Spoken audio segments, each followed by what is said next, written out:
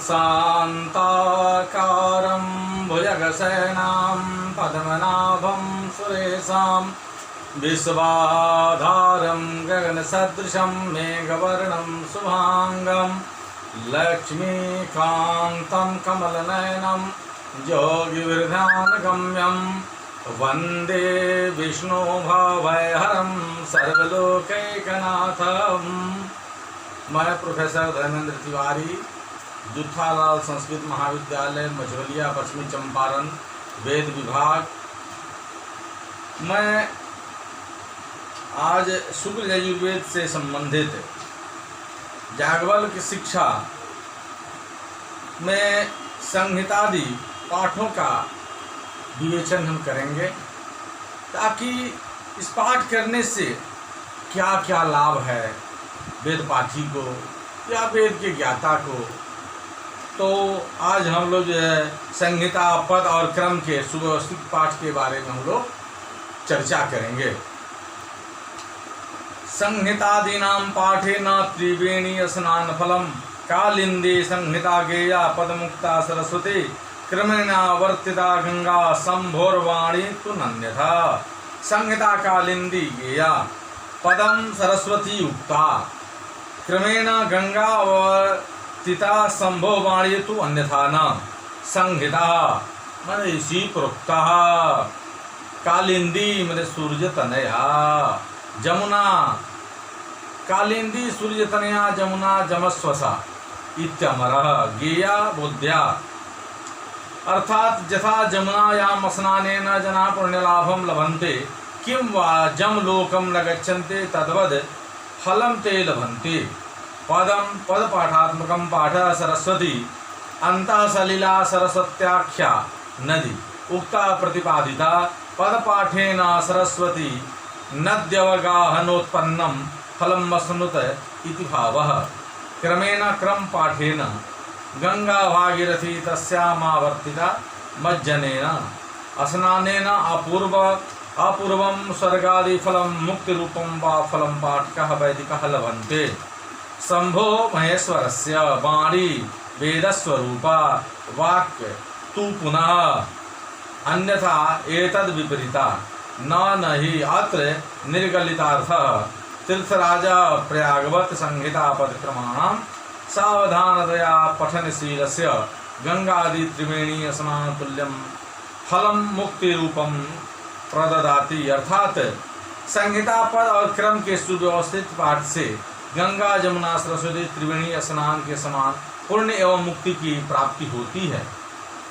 अतः संहिता को जमुना रूपा, पद पाठ को सरस्वती रूपा एवं क्रम पाठ को गंगा स्वरूपा मानना चाहिए। यह जो ईश्वर की वाणी है वह कथम अभी व्यर्थ नहीं होता, ये पूर्णतः सिद्ध है।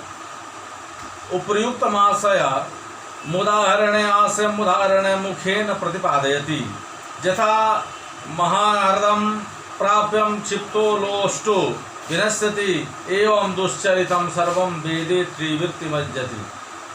आम्रपालास बिल्वानाम् अपामार्गशीर्षयोः वाग्यता प्रातरुत्थाय भक्षे दंतधावनम। अब हम लोग जो है सो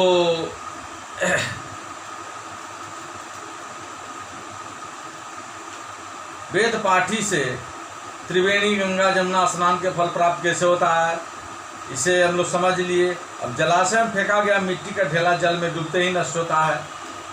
उसी के बारे में वेद पाठ के बारे में कैसे शिष्य को करना चाहिए, और नहीं तो पानी में ढेला के समान हो जाएगा, कोई उसका लाभ नहीं होगा। इसलिए किस विधि विधान से संहिता पद और क्रम पाठ का उपयोग करना चाहिए, इसके बारे में हम लोग विचार करने जा रहे हैं।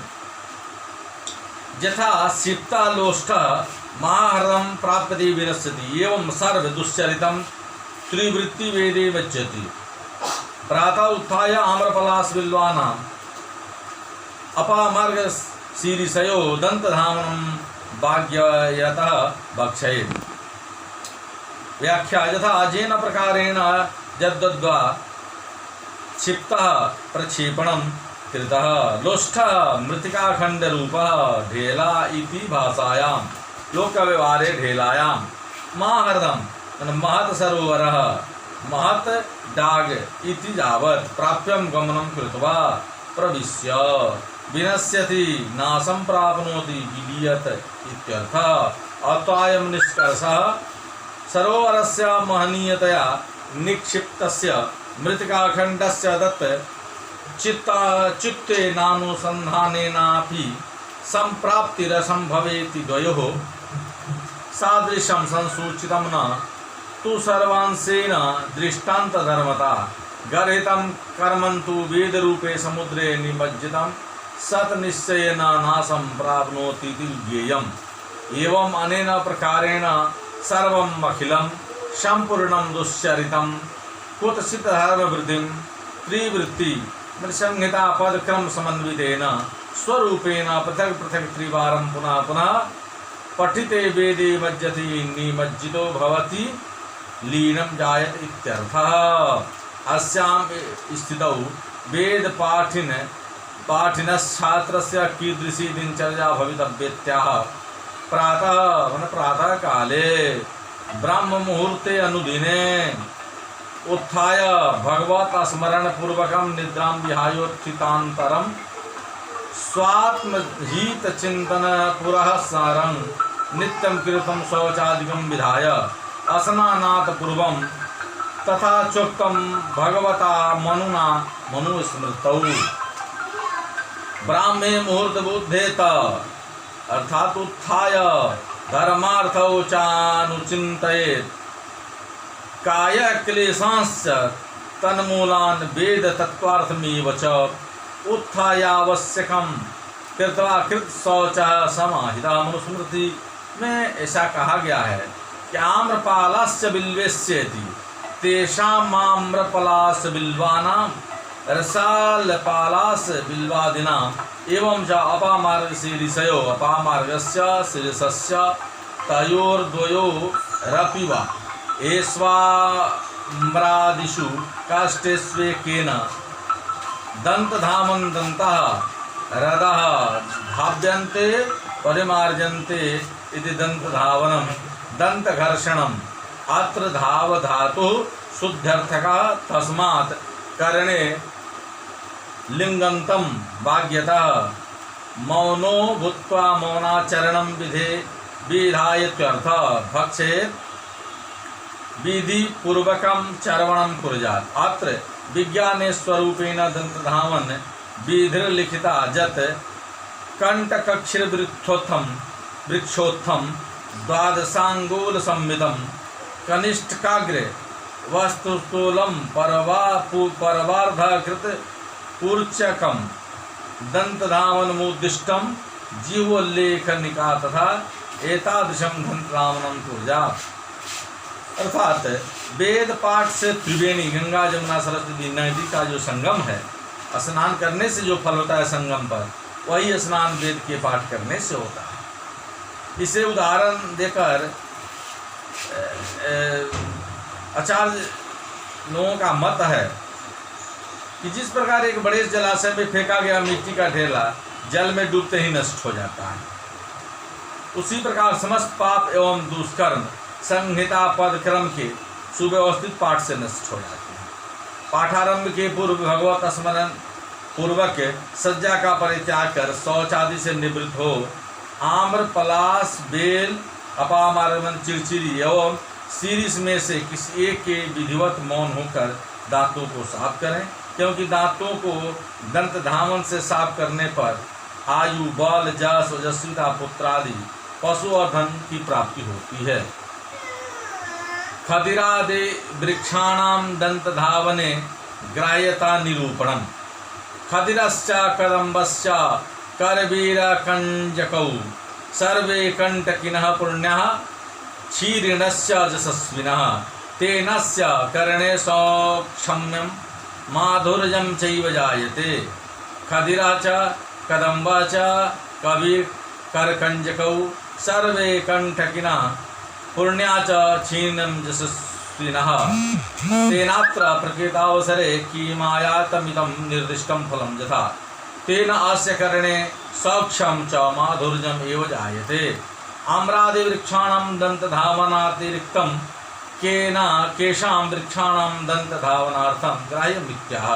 खदिरा खैर इति भाषायां सुप्रतिष्ठितः कत्थनिर्माण वृक्षः च पुनः कदम्बः कदम्बवृक्षः श्रीकृष्णसेवितः च भूया करवीर करञ्जकौ करवीरस्य करञ्जकस्य तौ चार्धेदन्दः एतन्नामकौ वृक्षौ सर्वे ये वृक्षा निषिद्धास्तदितरः खदिरादि व्यतिरिक्ता कंटकिनः कंटकयुक्ता दुग्धस्राविनो वृक्षा दन्तानां शोधीकरणं निर्विवाद रूपेण ग्राह्या।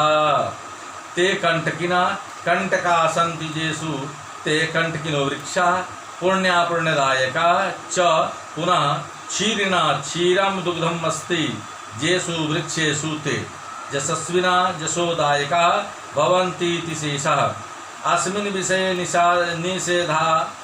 निषेधयोर्भूयसी चर्चा विद्यते। अतः दन्तधावनार्थं ये ग्राह्या सन्ति तेष्वेकेन तेन दन्तधावनेन अस्य वेदाभ्यासनिरतस्य शिष्यस्य करणे कंठोच्चारणात्मके वाच इंद्रियोत्पादके वर्णोच्चारविधौ सौक्ष्म्यं सूक्ष्मभावापन्नं सारल्यं च पुनरपि माधुर्यं मधुरभावापन्नं प्रसादयुक्तं जायते समुत्पन्नो भवति अर्थात आम पलाश बेल और चिड़चिड़ा के अतिरिक्त अन्य वृक्ष भी दंत धावन के लिए ग्राह्य। अतः इनके अतिरिक्त वृक्षों की और भी आचार्य संकेत करते हैं। वे कहते हैं कि खदीर जैसे कत्था जिस वृक्ष से तैयार होता है, कदम जिस वृक्ष पर जमुना के किनारे भगवान श्री कृष्ण चढ़कर अपनी लीला करते थे, तथा करवीर जिसका फूल लाल और सफेद होता है, एवं करंचक करजनी करुयनी तो ग्राह्य हैं ही। इस उनके अतिरिक्त जो निषिद्ध हैं और खदरादि के दूसरे जो कांटे वाले तथा दूध वाले वृक्ष हैं उनका भी दंत धावन पुण्यदायक तथा जसदायक कीर्ति विस्तारक होते हैं। अतः ब्रह्मचारी वेद पाठी शिष्य को शौचादि से निवृत्त होकर उनमें से किसी एक का दंत धावन मुख शुद्ध्यर्थ करना चाहिए। उपर्युक्त दंत धावन से शिष्य का करण में अर्थात कंठ से उच्चारण होने वाले वर्ण अकुह विसर्जनीयानाम कंठः तथा वाक् इंद्रिय से उत्थित वर्णोच्चारण के साधन में सूक्ष्मता स्वारस्य और माधुर्य निश्चित रूप से प्राप्त होता है, इसमें संदेह का अवसर ही नहीं है। मेधा शक्त्युत्पादनाय किं भक्षणीयं त्रिफला लवणक्तां वै भक्षेच्छिष्यकः सदा क्षीण मेधा जनन्येषा स्वर वर्णकरी तथा लवणक्तां त्रिफलां वै शिष्यकः सदा भक्षयेत् एषा क्षीण मेधा जननी तथा स्वर वर्णकरी लवणेन सिंधुदेशोद्भवेन सैंधवेन लवणेन न तो समुद्र जल निर्मिते लवणेन आक्तां जुक्तां सहितां इत्यर्थः। त्रिफलां हरितकी विभीतका आमलकादिकानां त्रयाणाम् अमृतानां समाहारताम्। त्रिफला शब्द से स्त्रीलिंगे शक्तिरस्त्रीण श्रेणामिति भाव्यं जत्तु केनाप्याचार्येण त्रयाणामिति लिखितं तन्न रोचते। यतो हि त्रिफला कफपीतग्नि मेह कुष्ठरासरा चक्षुष्या दीपनी रुच्या विषमज्वरनाशिनी इत्यादौ सर्वत्र आयुर्वेदे स्त्रीलिंगे शक्ति किंतु यत्र समाहारे पुंस्त्वं भवेत् वै निश्चयेन सुनिश्चितेन तत् कर्तव्यमिति भावः। शिष्यात् शासितुं योग्यः शिष्यः वेदाध्ययनशीलः छात्रः सदा सर्वदा नित्यं सायं भोजनान्ते प्रातः दन्तधावनान्ते च भक्षेत् भक्षणं कुर्यादीति एषा समुचित मात्रया गृहीता सती समपरिमाणा स्वस्व तृतीयांशमित सैंधव लवण मिश्रिता शीतलोदकेन स भक्षिता यदि स्यात् तदा क्षीण मेधा जननी क्षीणा विलुप्ता चासौ मेधा बुद्धि तस्या जननी उत्पादिका प्रसूत्री इत्येव नहीं।